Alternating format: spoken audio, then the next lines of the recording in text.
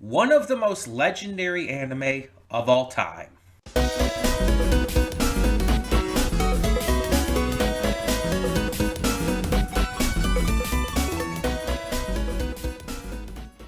Hey everyone, welcome to Princess of Gay. I'm your host Connie, and today we are here with my first impressions reaction to Future Boy Conan.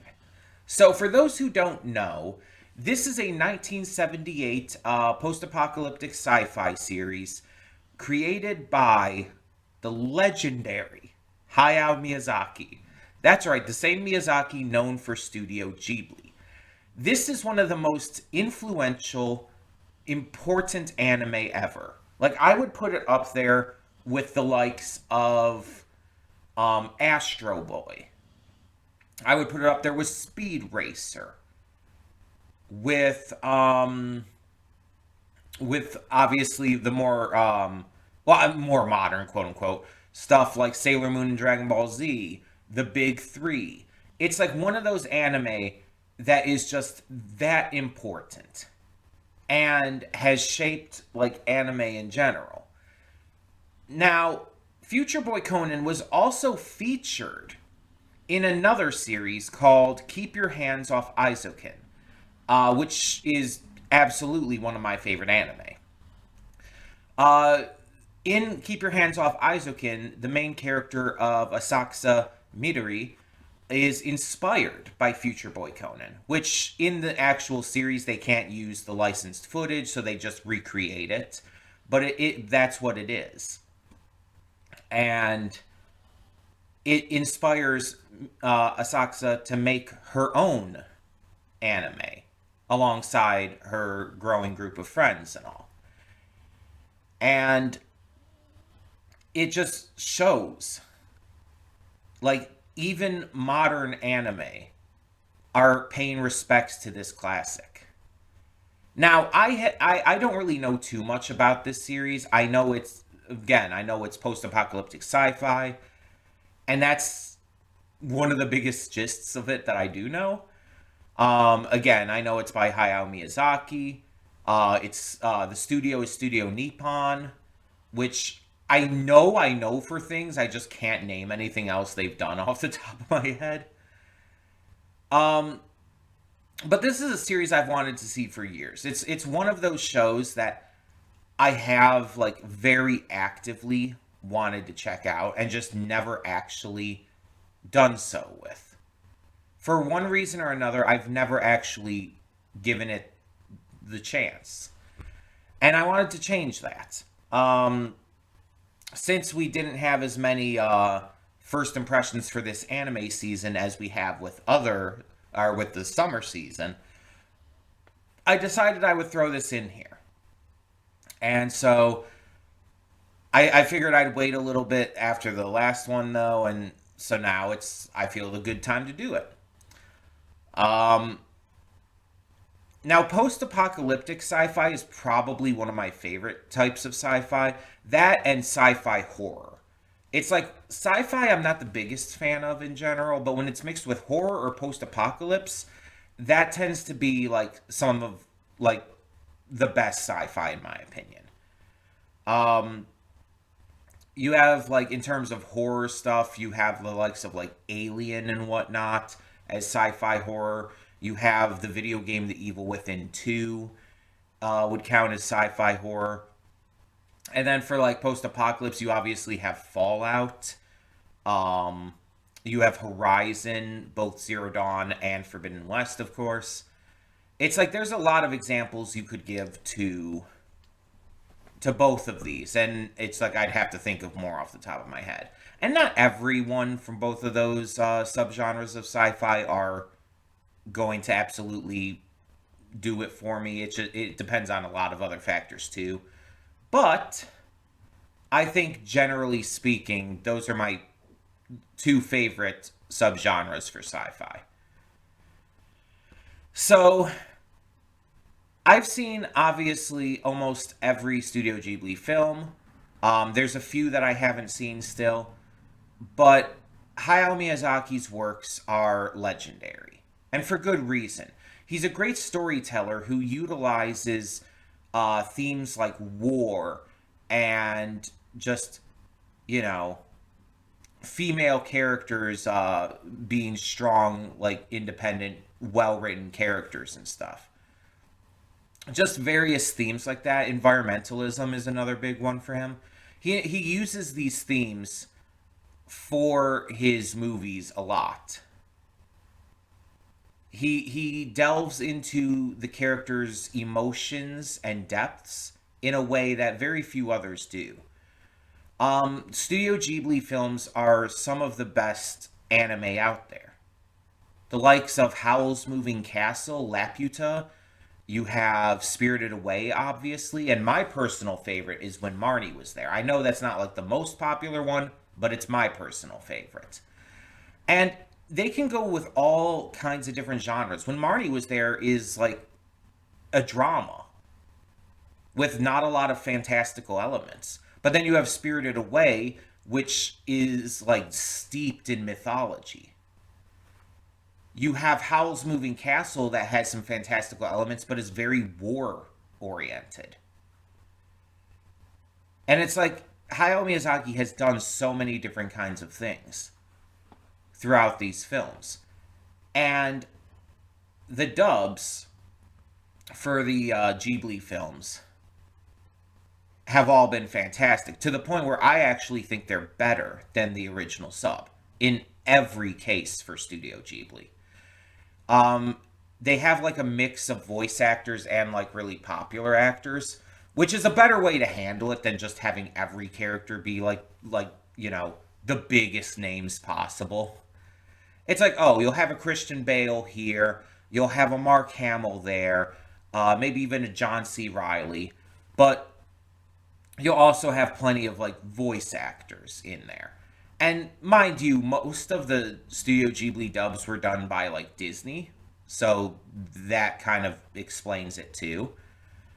But it's balanced out to where it's like not everyone is like this big name star, and it helps it feel like less corporate that way. Um, though nowadays it seems like whenever you get an animated movie, that's all they want to focus on, just the big name stars, and voice actors are stuck to the TV shows.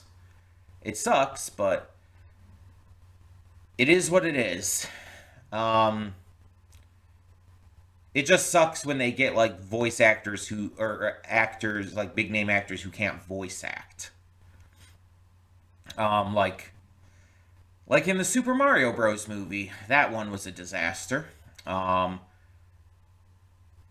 but like most of the actors they get for Ghibli films, like can actually voice act really well and are almost, well, most of them are almost indiscernible.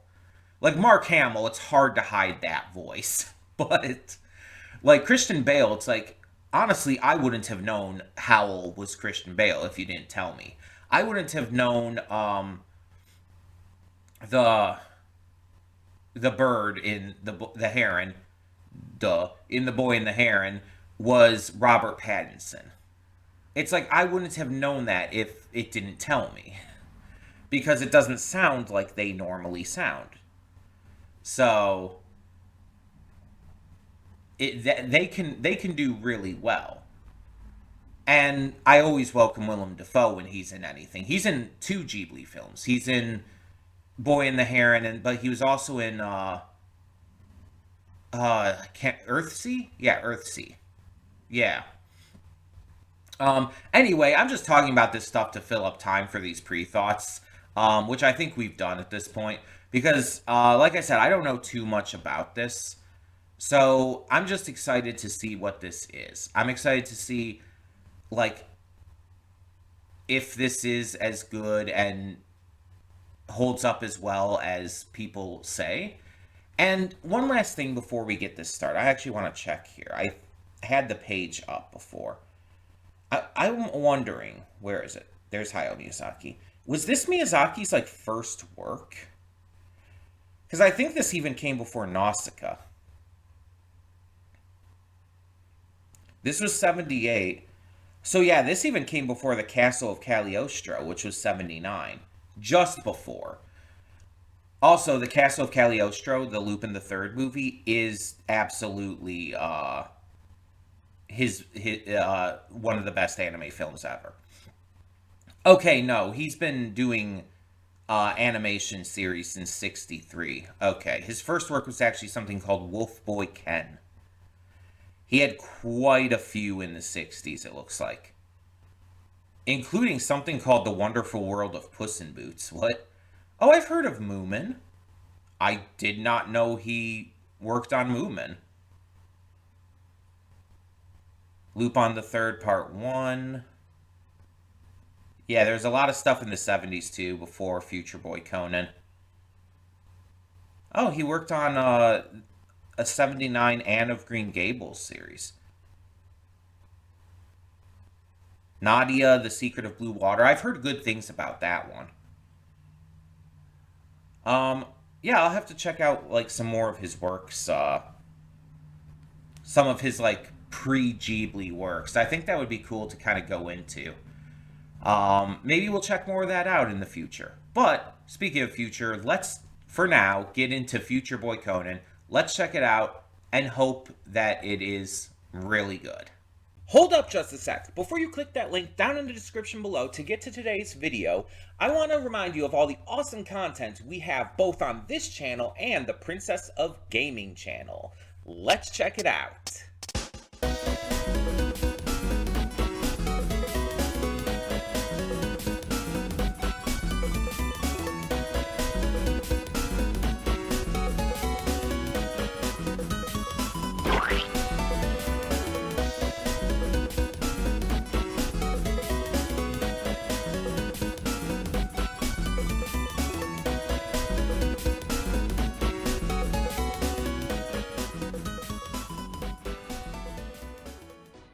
And we are back, and Piper has come to visit. We will begin with spoilers in 3, 2, 1, now.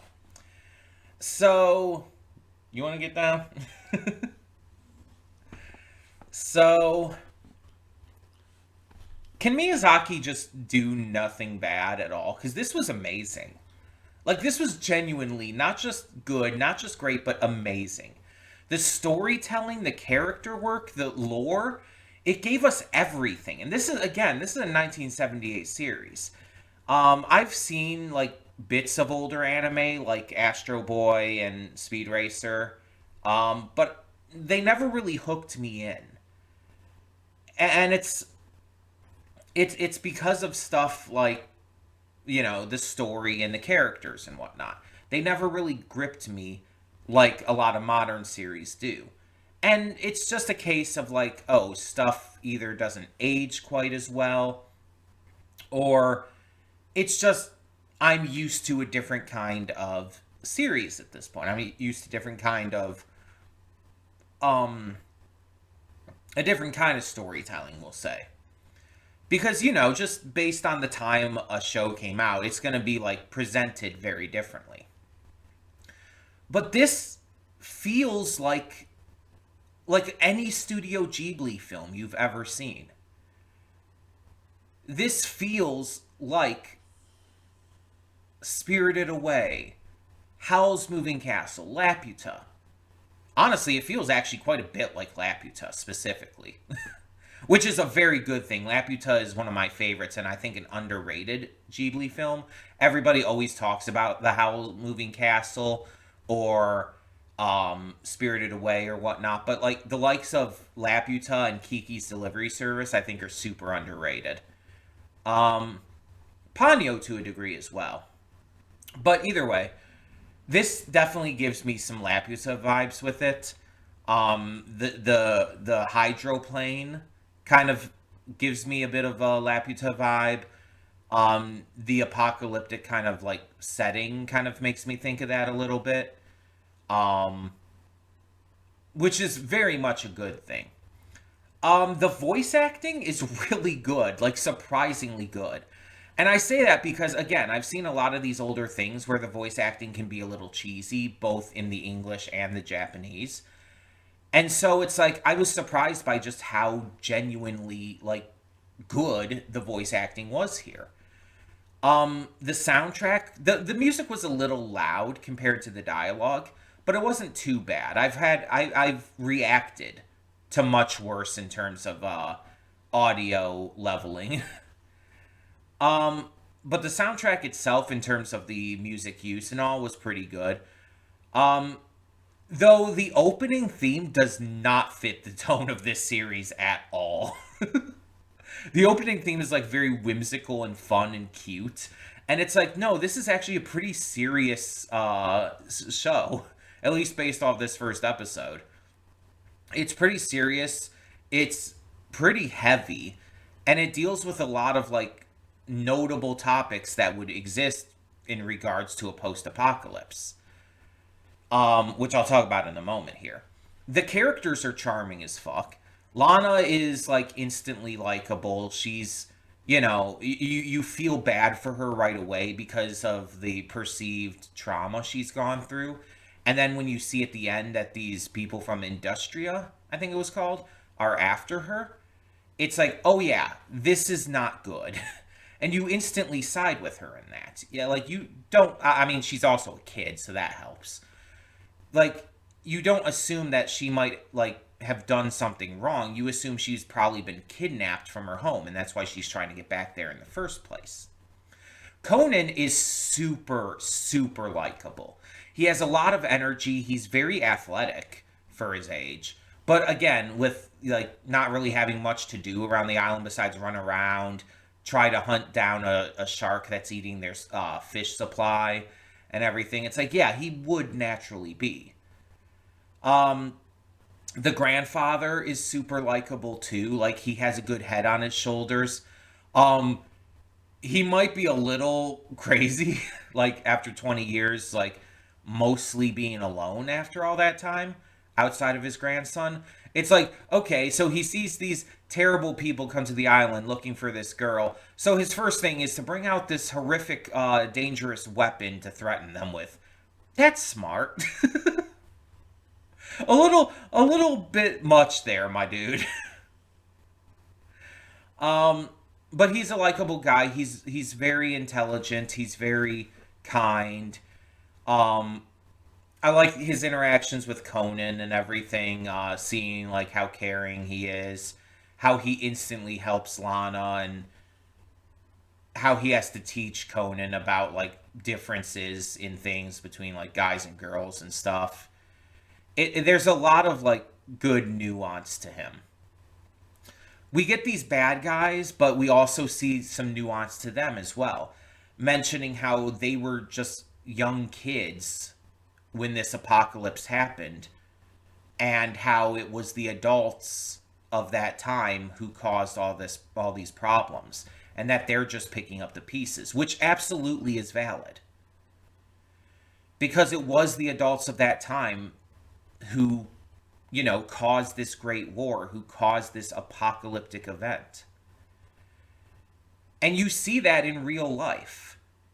Like, you can't blame the future generations for that, the kids who have to grow up in the aftermath of that.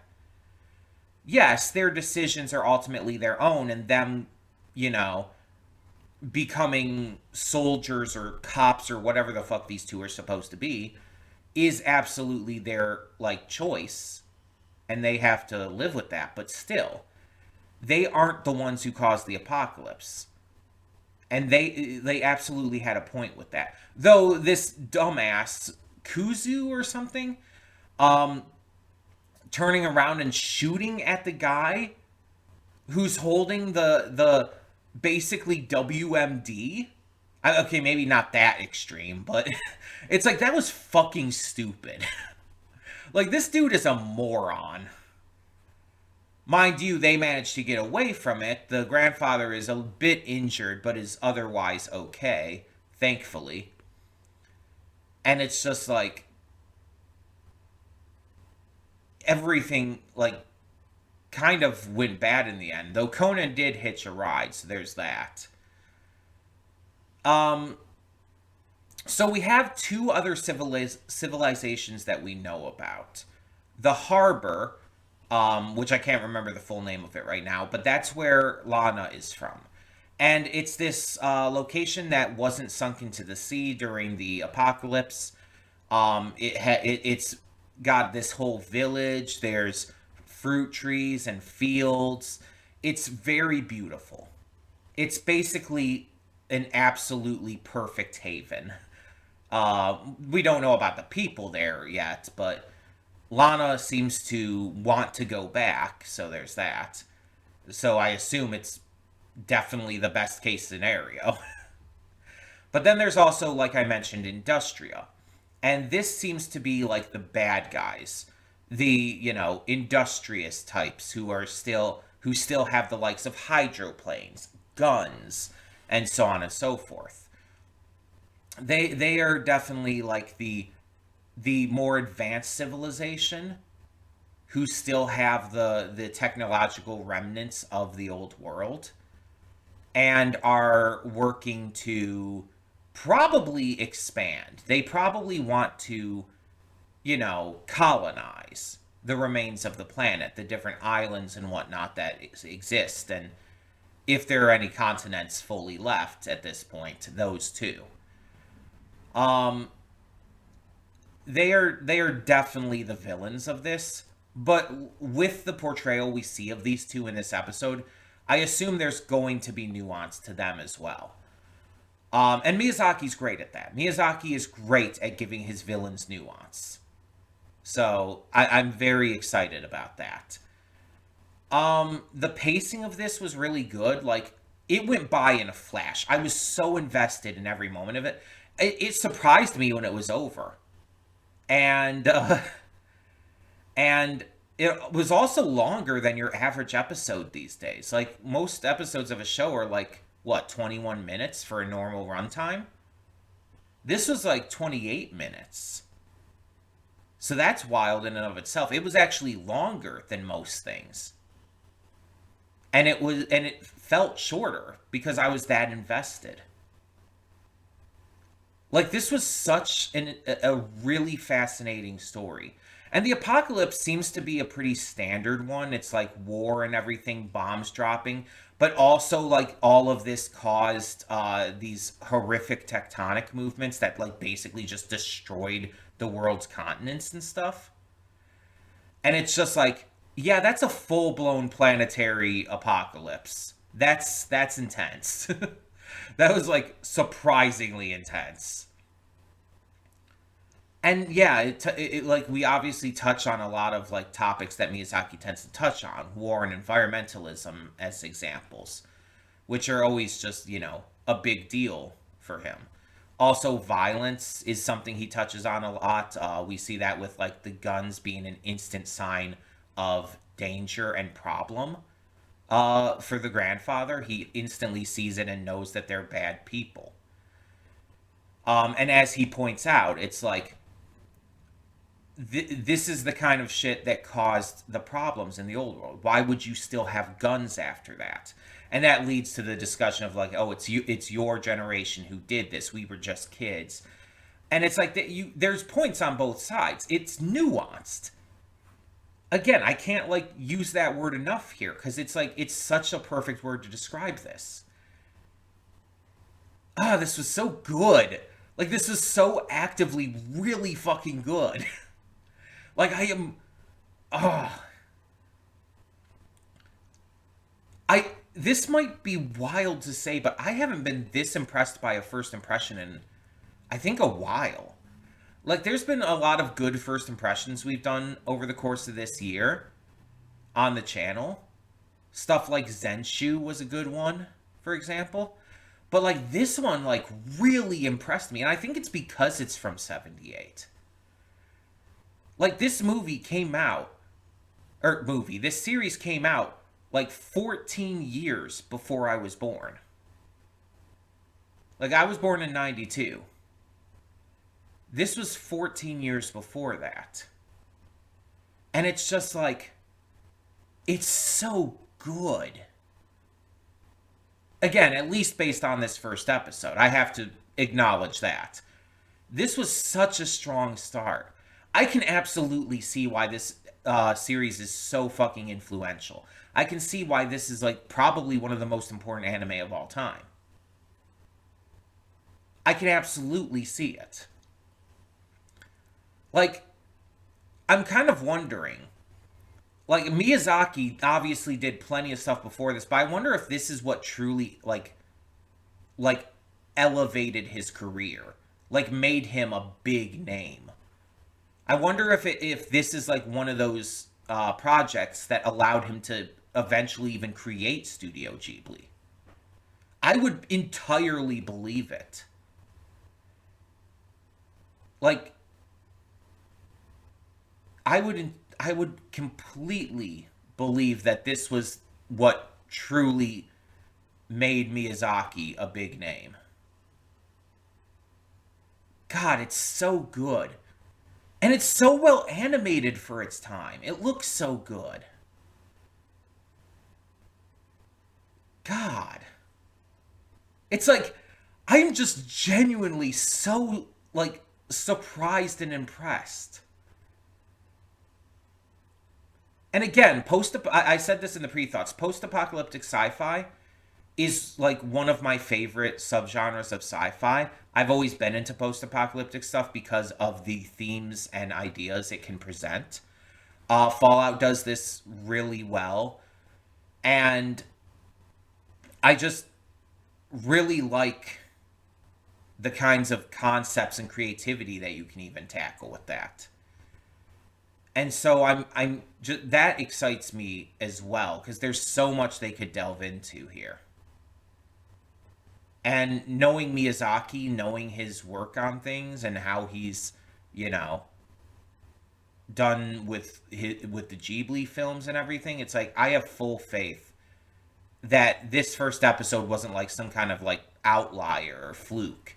I have full faith that this entire series will be this good. Um, so obviously that tells you that we will continue reacting to this. Oh, and I didn't say this in the pre-thoughts. If you are new and didn't know what a first impression reaction is, just to clarify real quick, a first impression reaction is where I check out the first or so episodes of a show and determine if it's something I want to continue to react to, watch on my own time, or something I'm just not interested in. And this is definitely something I want to continue to react to. This is absolutely something that I am very, very excited to continue.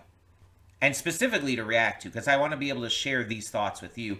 I want to be able to share this experience with you. Like, especially after this first episode. Like, God, this was so good. I'm sorry, I can't stop saying it. It just shocked me by how much I loved it.